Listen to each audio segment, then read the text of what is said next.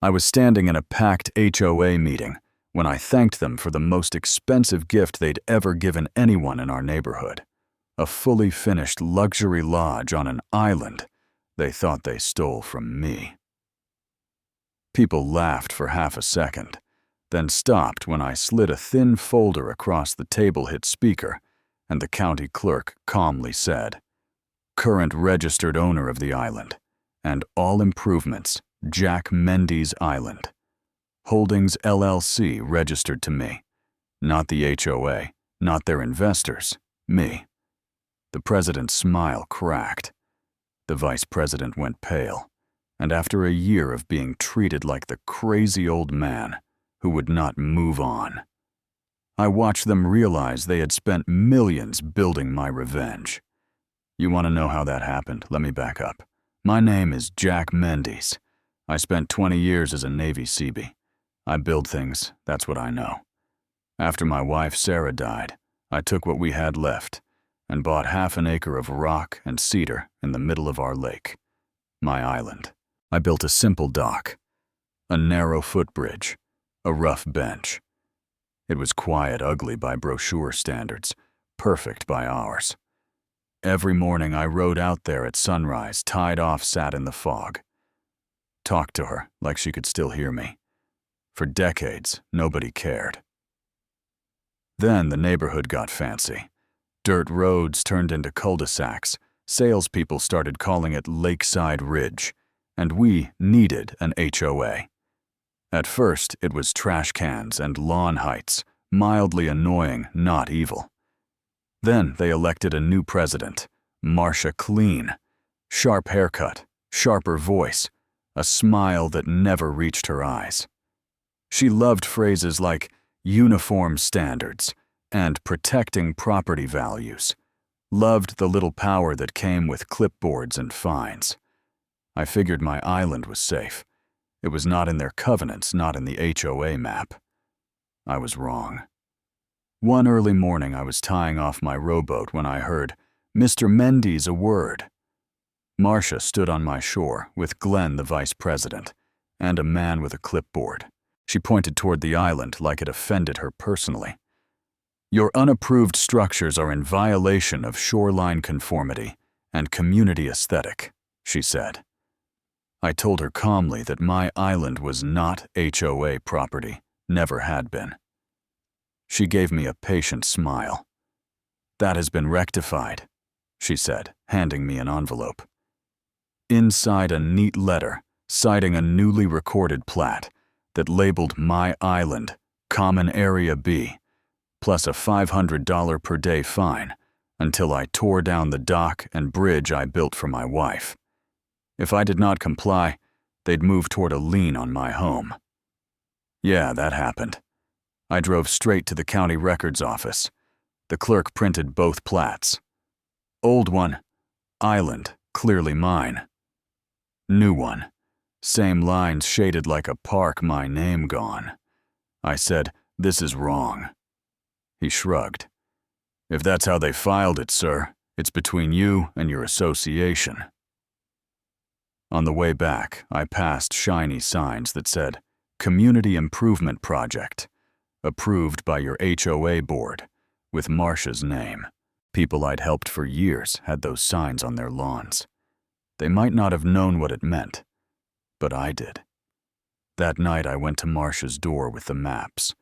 I kept it calm. "You know this is my island," I said. "You know me." She barely glanced. "The board followed proper procedure," she said. "That island was underused. The new lodge will benefit everyone." When I mentioned Sarah, she said, "Then you should want something worthy there." And then softly, "I would hate to see your fines escalate, Jack." That was not a suggestion. A week later, I woke to diesel engines.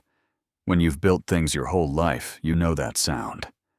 A barge was pushing toward my island with a bulldozer. Behind it, Marcia on a pontoon, sunglasses on, pointing like she owned the horizon. I rushed to my rowboat, but Glenn pulled up in a golf cart labeled HOA Security and stepped in front of me. "Active construction site," he said. "For your safety, you can't go." And I told him he'd eaten burgers on that island with me. He would not look at me. He held up the new plat. "It's common property now."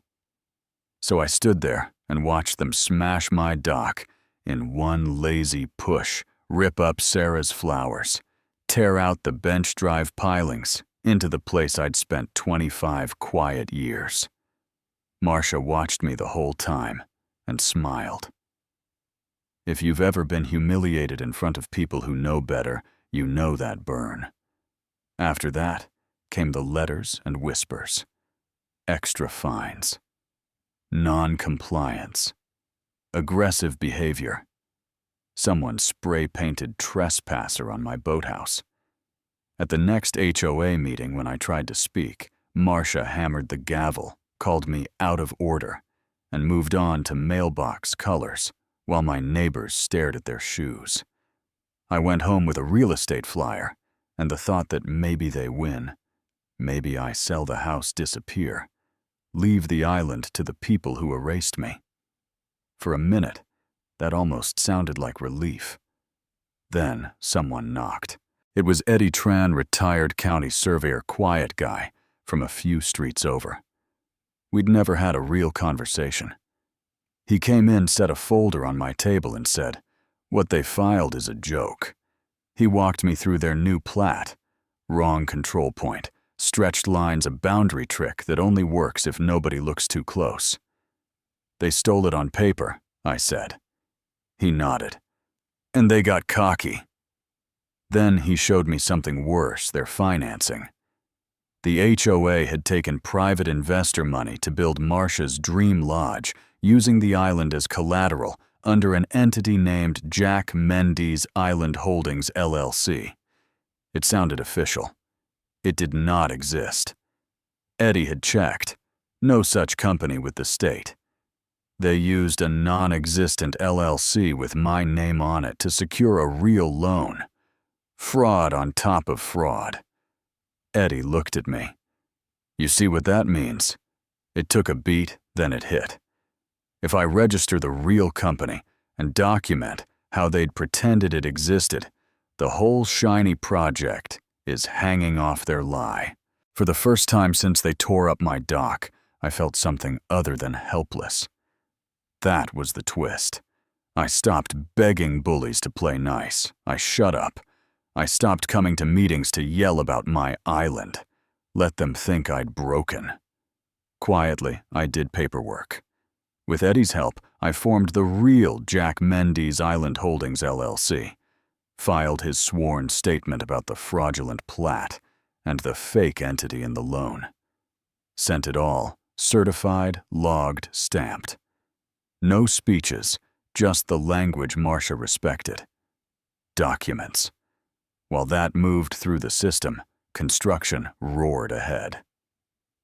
The Lakeside Members Lodge rose out of my stolen ground. 3 stories of glass wood beams, big decks, infinity pool, bleeding into the lake. Local news came out. Marcia, in a spotless hard hat, called it our community's crown jewel. Folks who once fished off my dock posed for photos on my island and tagged her like some visionary. Yeah, that stung. You know what I mean? But now every board, they nailed down every dollar they poured in. I saw his weight on the trap door they had built themselves. I just had to wait for the last inspection. Late summer, the county signed the final occupancy permit. Grand opening. Banned food trucks, speeches, fireworks. I sat on my porch and watched them celebrate on top of everything they'd taken.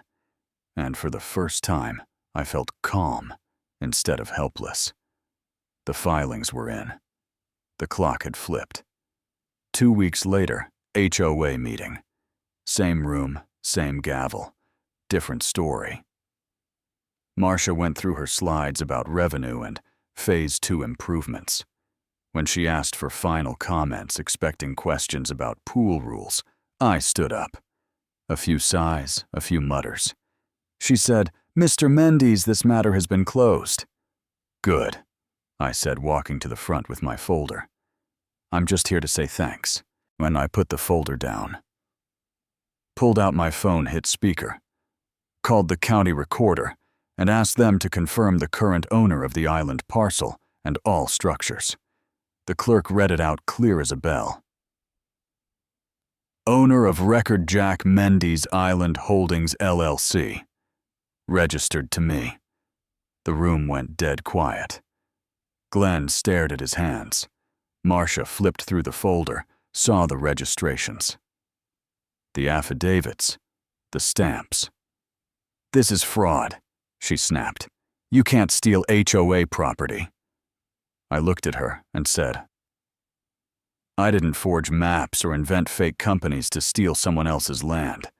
I made your fake company real and claimed the mess you built on my island. You did this."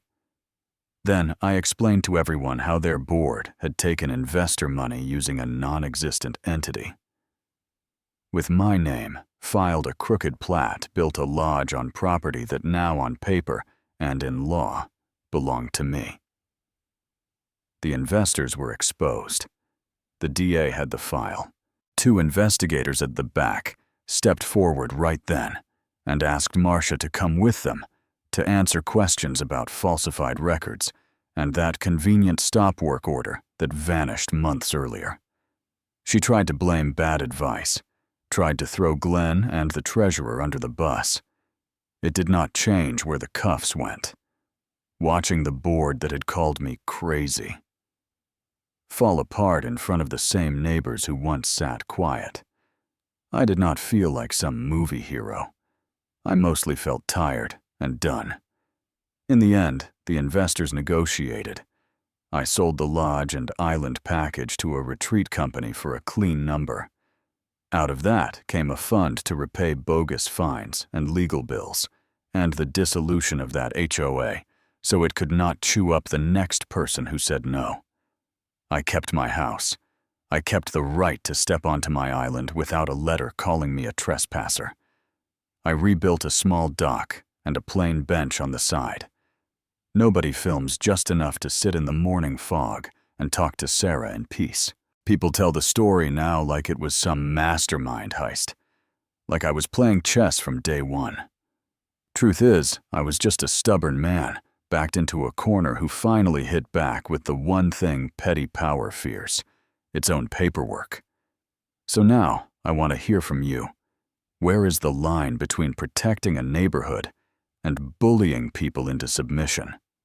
If your HOA, your boss, your board decided your memories were non-compliant, would you walk away, or would you wait and let them build their own downfall? Like I did, tell me in the comments what you think was right, what went too far. And if you've seen this kind of power abused, because stories like this are not just for entertainment, they're a warning.